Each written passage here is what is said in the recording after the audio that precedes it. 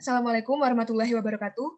Selamat pagi dan salam sejahtera bagi kita semua. Yang terhormat kepada Ibu Wayan selaku dosen pengampu mata kuliah Kewarganegaraan kelas 36 dan teman-teman yang saya banggakan. Kali ini saya bersama kelompok saya, kelompok 10, akan membawakan tema mengenai ketahanan nasional dan bela negara dalam membangun komitmen kolektif kebangsaan. Sebelumnya, izinkan kami untuk memperkenalkan diri.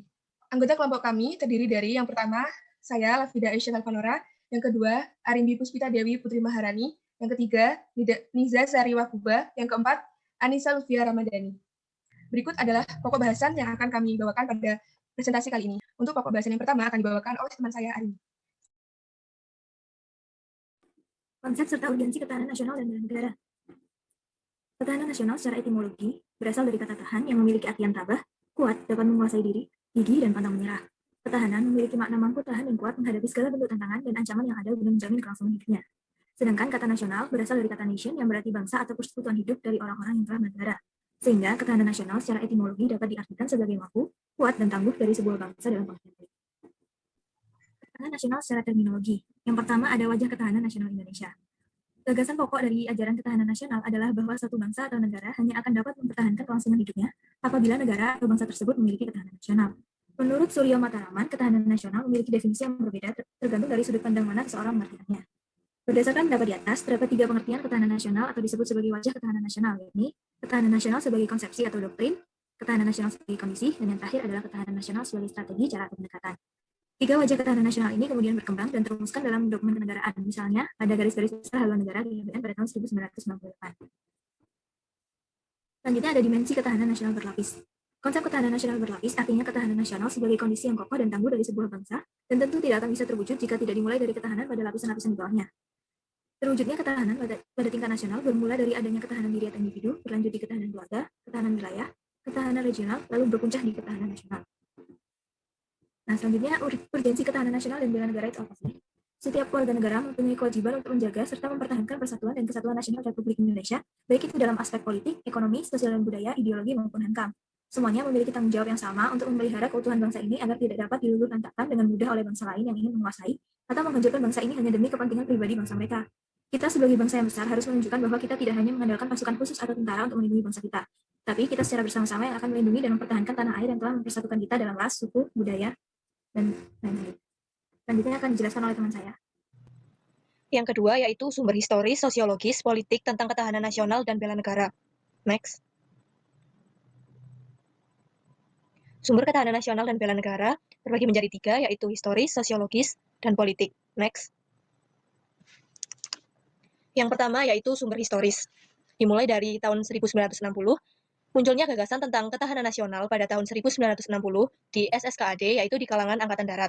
Pada saat itu juga, pengaruh komunisme yang berasal dari Uni Soviet dan Cina meluas di wilayah Indochina. Negara seperti Laos, Vietnam, Kamboja juga menjadi negara komunis. Kemudian pada tahun 1965, gerakan komunis makin meluas hingga pada tanggal 30 September 1965 terjadi pemberontakan G30S PKI. Namun Indonesia berhasil mengatasi pemberontakan tersebut karena ketahanan nasional, khususnya pada aspek ideologi. Selanjutnya, pada tahun 1968 dibentuk Lembaga Pertahanan Nasional, lalu muncul istilah kekuatan bangsa, dan terjadi kemajuan konseptual dari tata kehidupan nasional berupa ideologi, politik, ekonomi, sosial, dan militer.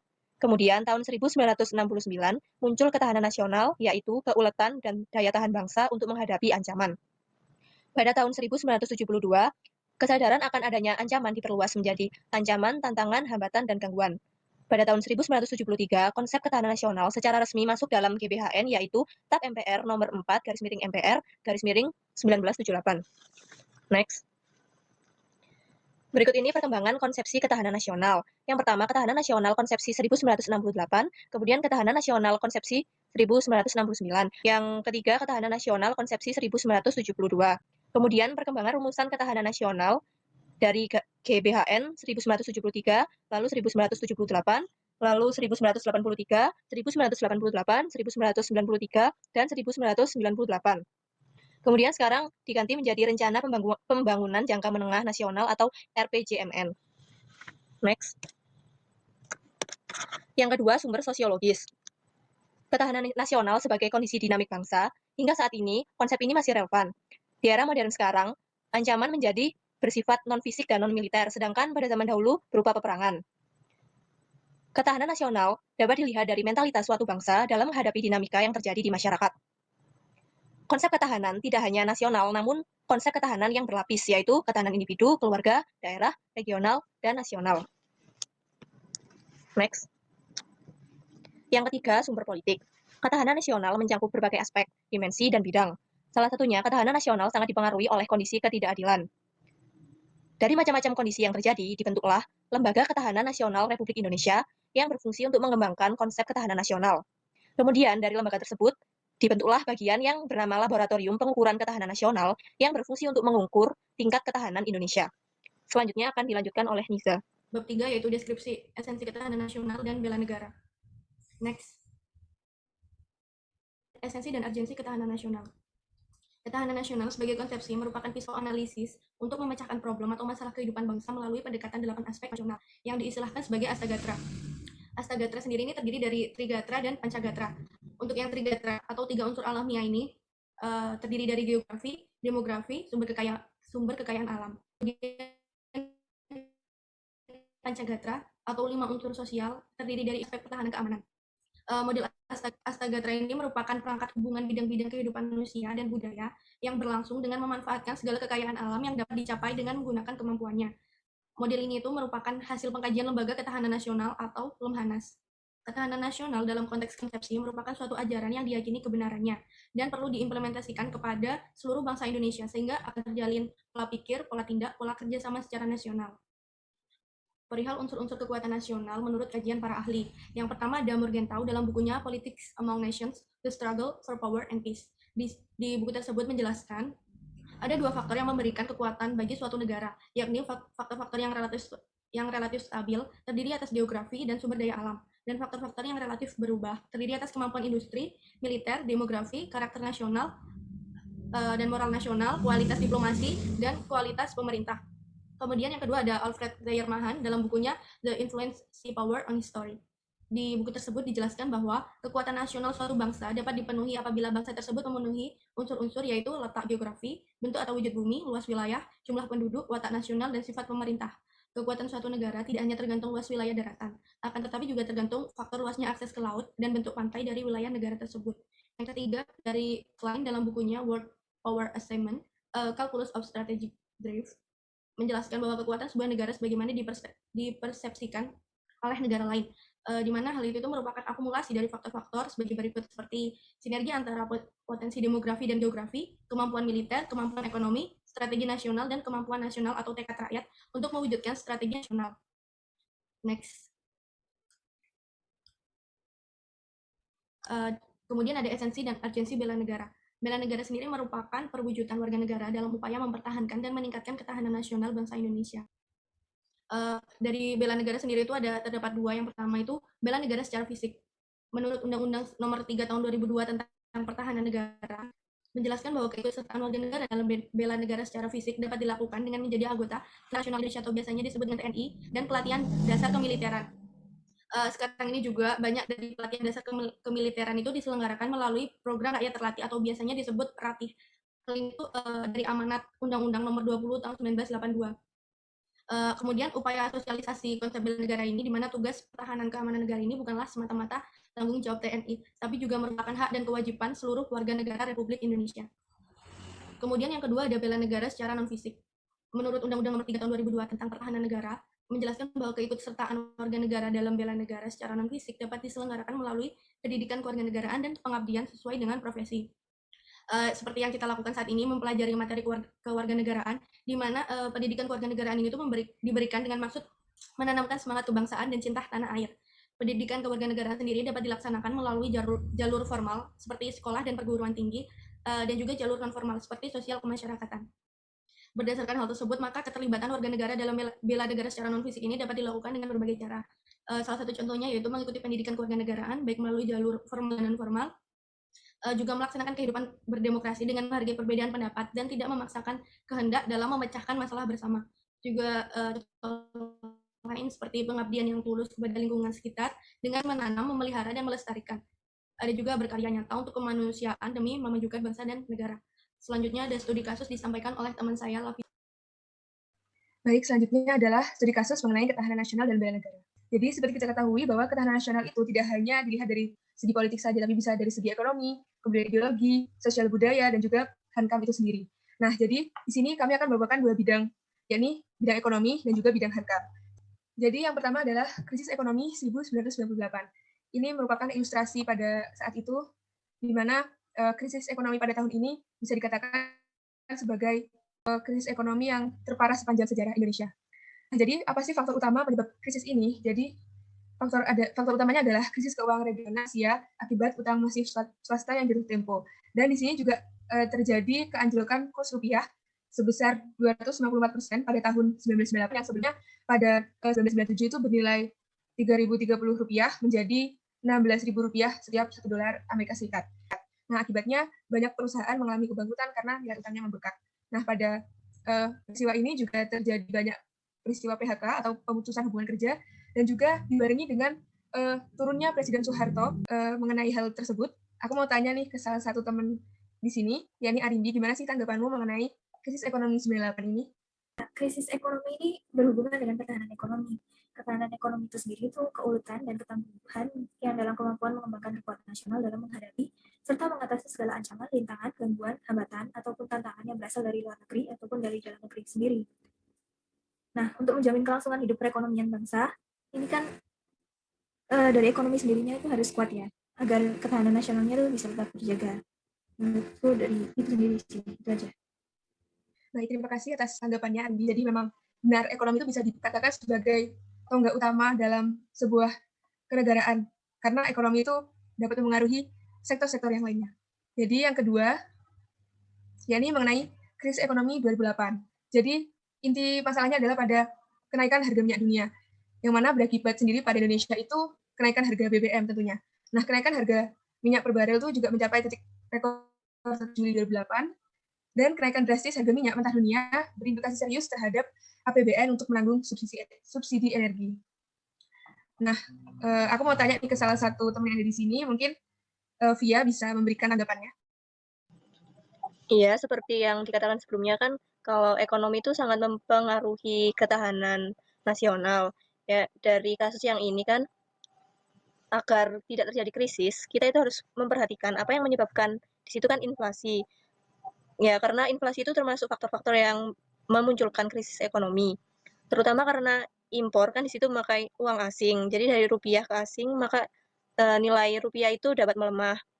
Terus selain itu hutang negara yang tergantung negara lain yang di situ Amerika Serikat, kan di situ Indonesia terkena dampaknya, akibatnya hutang negara itu naik.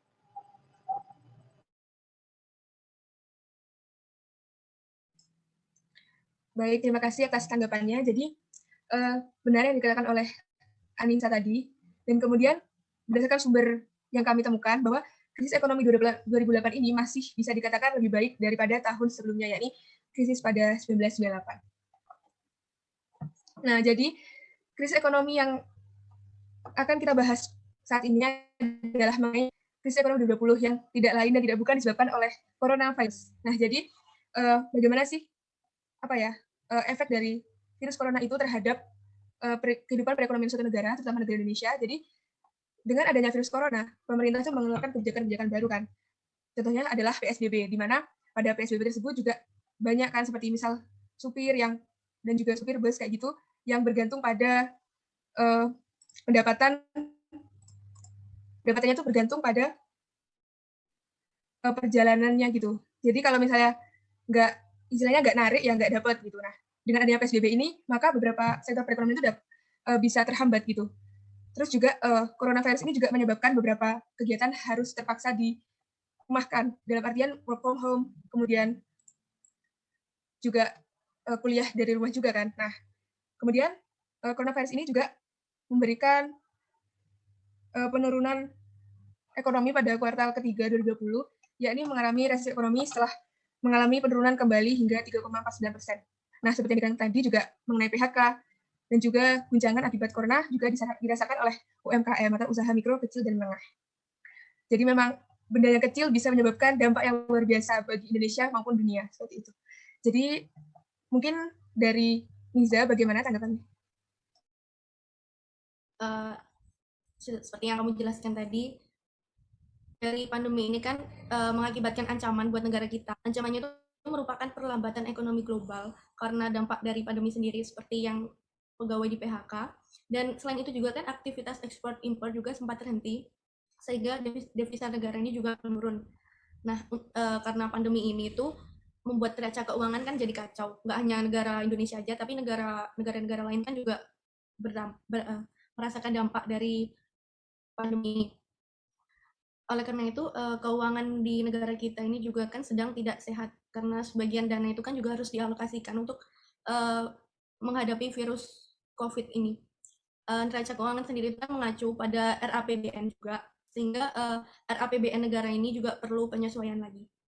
Sehingga untuk pandemi seperti ini juga, nggak hanya pemerintah yang mampu menyelesaikannya, tetapi warga negaranya kan juga harus bekerja sama, seperti menerapkan protokol kesehatan dan juga social distancing. Sudah, itu aja sih menurut saya. Baik, terima kasih Niza atas tanggapannya. Jadi benar yang dikatakan Niza bahwa krisis ekonomi 2020 ini membawa dampak yang sangat signifikan.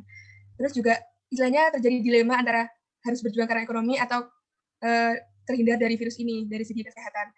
Jadi sekarang juga sudah mulai digalakkan vaksin bagi beberapa lapisan masyarakat.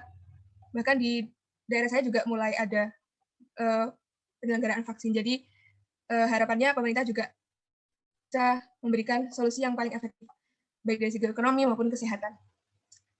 Kemudian bisa ke slide berikutnya.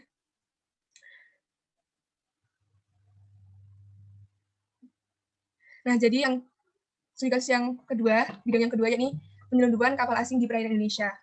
Next. Jadi ini sudah menjadi sering kali muncul di berita mengenai penyelundupan kapal asing.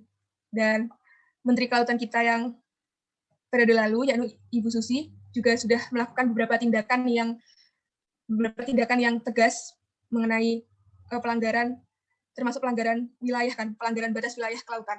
Nah, ini adalah salah satu ilustrasi yang diambil dari Kompas yang diterbitkan pada 8 Februari 2021, jadi ya baru beberapa waktu lalu. Jadi ini adalah aktivitas penangkapan ikan ilegal, yang mana pastinya mengancam sumber daya laut Indonesia. Nah, tercatat selama Januari 2021 itu setidaknya 9 kapal telah ditangkap aparat penegak hukum. Nah, kemudian Koordinator Nasional Destructive Fishing Watch atau DFW Indonesia, Muhammad Abdi Sufan juga mengatakan bahwa ada 9 kapal ilegal yang ditangkap aparat pengawasan dan penegak hukum. Nah, jadi memang Indonesia itu juga terdiri dari termasuk negara maritim kan, jadi sumber daya lautnya itu sangat melimpah, dan disitulah kita harus meningkatkan ketahanan negara, karena jangan sampai negara lain itu mengambil hak negara. Ya, ini salah satunya adalah penangkapan ikan secara ilegal. Nah, terus juga diperlukan sebuah kebijakan yang lebih tegas lagi dari pemerintah, terutama Menteri Kelautan. Nah, semoga ketahanan Indonesia baik dari segi ekonomi, hankam, ideologi, politik dapat terus terwujud, dan Indonesia kedepannya pastinya akan menghadapi beberapa ancaman dan tantangan baru, dan kita sebagai warga negara harus bersatu padu melawan itu semua, karena seperti kata Iyar Soekarno, bersatu karena kuat dan kuat karena bersatu. Jadi sekian mengenai kasus ini, bisa di next. Jadi kesimpulan dari presentasi kami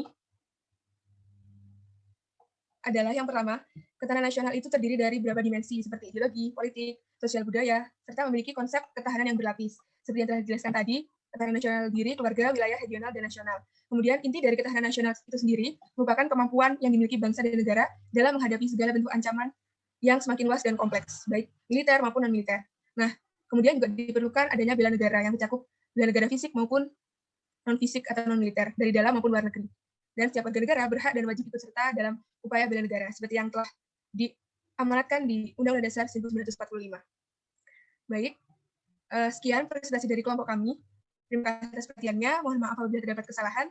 Wassalamualaikum warahmatullahi wabarakatuh.